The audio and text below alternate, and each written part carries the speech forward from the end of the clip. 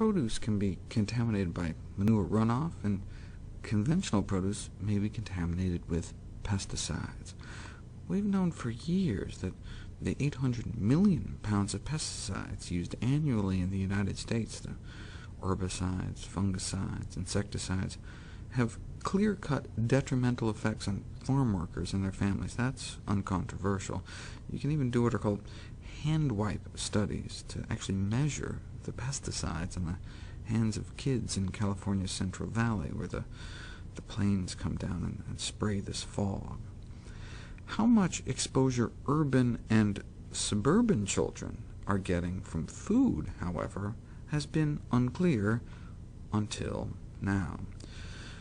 Twice-daily urine samples were taken from 3 to 11-year-olds for more than a year to see how much pesticide is flowing through our kids.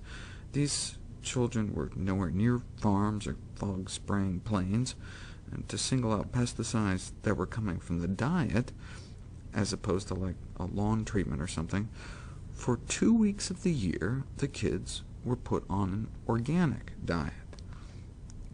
Guess which 2 weeks those were. So the 2 times during the year when they ate organic foods, there were undetectable or nearly undetectable pesticide residues in their urine, while their little bodies were basically swimming in it the rest of the year. In my 2000 update, I told everyone about this disturbing study: vegetarianism during pregnancy associated with having sons with a specific birth defect of the penis called hypospadias. They thought it might have something to do with the phytoestrogens in soy, but that didn't make any sense, since Japan, with the highest per capita soy consumption in the world, did not have high rates of the defect. I guessed that it might be low vitamin B12 levels, leading to high homocysteine, which has been related to other birth defects, but we were all wrong. Finally, though, the mystery seems to have been solved. The researchers reanalyzed the data for clues as to what could be found in the diets of vegetarians compared to meat eaters, other than more good things, like more fruits and vegetables, unless there's an endocrine-disrupting fungicide called vinclozolin that's sprayed on most of our conventional crops that we now know causes hypospadias. So researchers went back and split up the vegetarian moms into 2 groups, those eating organic produce and those eating conventional produce. And while the vegetarian women eating conventional produce during pregnancy had indeed higher birth defects rates, there was not a single case in the organic group.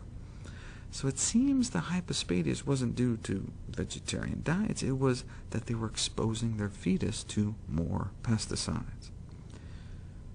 Can't we just rinse our produce off? Well, it's better than nothing, but this new study looked at 3 pesticides on apples. Levels start out at 100%. Now, rinsing only seems to take off about 15% of the pesticides. The only way to really cut down our dose is to peel the apple, eliminating about 85% of the pesticides, but also eliminating much of the nutrition. So eat organic foods whenever possible. Organic produce has more vitamins, more minerals, tastes better, stores better, and you get to not be complicit in the poisoning of farm workers and their families.